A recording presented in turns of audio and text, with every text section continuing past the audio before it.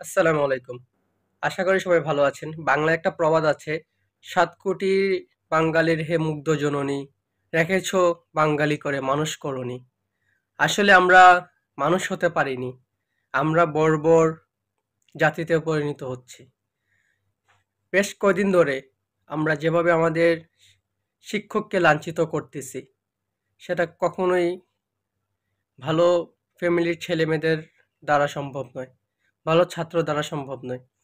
যে ফ্যামিলির পারিবারিক শিক্ষা, ইসলামিক শিক্ষা, নৈতিকতা আছে, সেই ফ্যামিলির ছেলে-মেয়ে কখনোই একজন শিক্ষককে সেভাবে লাঞ্ছিত করতে পারে না। আজ ২ টা ভিডিও দেখলাম। এর আগে আমরা অনেক ভিডিও দেখেছি। বাট আজ যে ২ টা ভিডিও দেখলাম সেটা খুবই আ দুঃখজনক আমাদের জন্য। একজন মনে হয় ইঞ্জিনিয়ার সালাউদ্দিন। উনি উনাকে জোর করে রিজাইন লেটারে সিগনেচার করানো হয়েছে। আফটার দ্যাট উনি স্ট্রোক করে ফেলছে। ইনস্ট্যান্ট উনি স্ট্রোক করে ফেলছে। আরেকজন দেখলাম মাশাআল্লাহ নুরানি চেহারা, কত মায়াবী চেহারা একজন মুরব্বী। উনাকে জোর করে স্ট্রোক করানো সিগনেচার করানো হয়েছে রিজাইন লেটারে।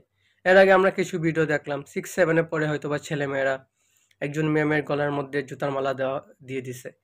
এরকম জোর করে পদত্যাগ চাচ্ছে। কত ল্যাম এক্সকিউজ দেখিয়ে আজ শিক্ষক-শিক্ষিকাদেরকে লাঞ্ছিত করা হচ্ছে, সেটা কখনোই কাম্য নয়। আমাদের ইসলামিক নলেজ খুবই সামান্য। আমরা এই কাজগুলি করতেছি বিকজ অফ আমাদের ইসলামিক নলেজ নাই, আমাদের পারিবারিক শিক্ষা নাই, আমাদের নৈতিকতা ঠিক নাই। আমরা স্বাধীনতার নামে বর্বর, অসভ্য জাতিতে অগ্রসর হচ্ছি। ভাই আমরাও স্টুডেন্ট ছিলাম, স্টিল আমরা স্টুডেন্ট। বা আমাদের আগের যে জেনারেশন ছিল, তারা শিক্ষকদের কত সম্মান করতেন। ইভেন আমরা যারা 16-17 ব্যাচের আছি, আমরা শিক্ষকদেরকে কত সম্মান করতাম। আমার ল্যাম এক্সকিউজ দিয়ে একজন শিক্ষককে লাঞ্ছিত করা সেটা কোনোভাবেই কাম্য নয়। আর সবচেয়ে বড় কথা হচ্ছে আল্লাহ জালিমদেরকে কখনোই ছাড় দেন না। আল্লাহ ছাড় দেন, ছেড়ে দেন না, কখনোই ছেড়ে দেন না। আপনি একজনের উপরে জুলুম করবেন, তার রিটার্ন আপনার বুক করতে হবে। এটা ডেফিনেটলি।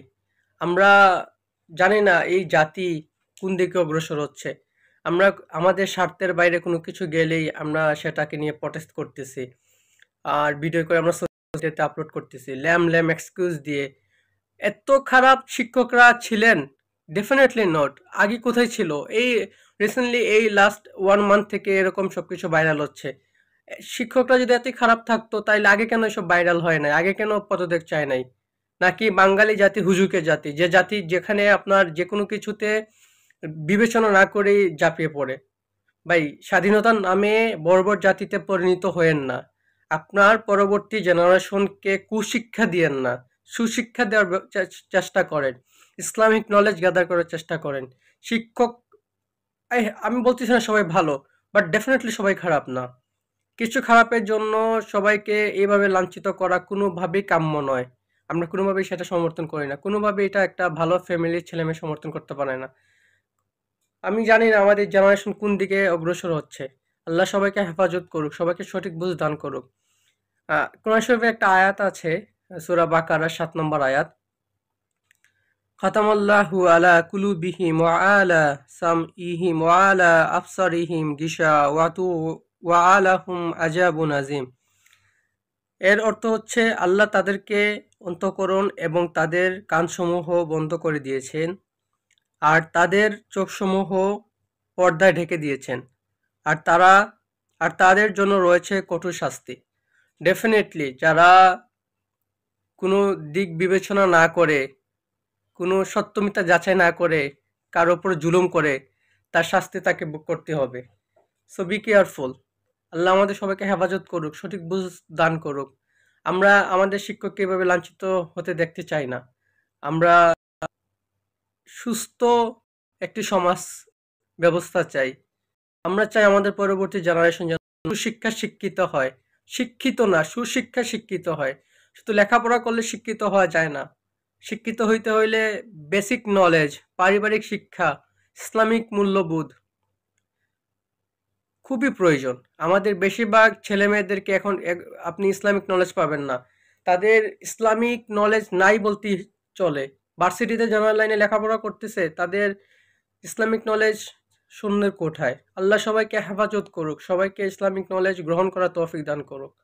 আল্লাহ সরল পথে চলাফেরা করার তৌফিক দান করুক। আমি চাই না আমাদের পরবর্তী জেনারেশন যাতে কুশিক্ষায় অন্ধকার জগতের দিকে হারায় যায়। শিক্ষা ব্যবস্থাকে ধ্বংস করে ফেলা হচ্ছে বাংলাদেশে। শিক্ষা ব্যবস্থাকে একদম মেরুদণ্ডহীন করে ফেলা হচ্ছে বাংলাদেশে। আল্লাহ আমাদের সবাইকে হেফাজত করুক। আমাদের সম্মানিত শিক্ষক যারা আছেন তাদের সম্মানকে হেফাজত করুক, তাদেরকে হেফাজত করুক। সম্মানী ব্যক্তিদেরকে আমরা সম্মান দেওয়া শিখা উচিত। আশা করি আমাদের জেনারেশনের যে ভাই বোনেরা তারা কোনো কিছুতে হুজুকে হয়ে দিক বিবেচনা কোনো কিছু বিবেচনা না করে কোনো স্টেপ নিবে না।